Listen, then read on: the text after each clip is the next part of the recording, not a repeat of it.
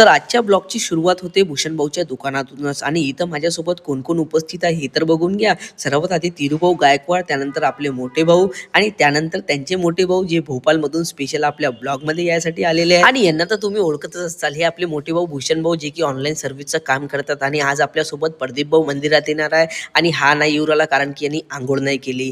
मग काय आपण निघालो मंदिरात जाण्यासाठी आणि मंदिरात पोचताबरोबर भेटले आपल्याला आपले छोटे भाऊ जे की आपल्या ब्लॉगची वाट पाहत होते. मग मी माझं स्थान ग्रहण केलं आणि भजनाचा फुल आनंद घेतला.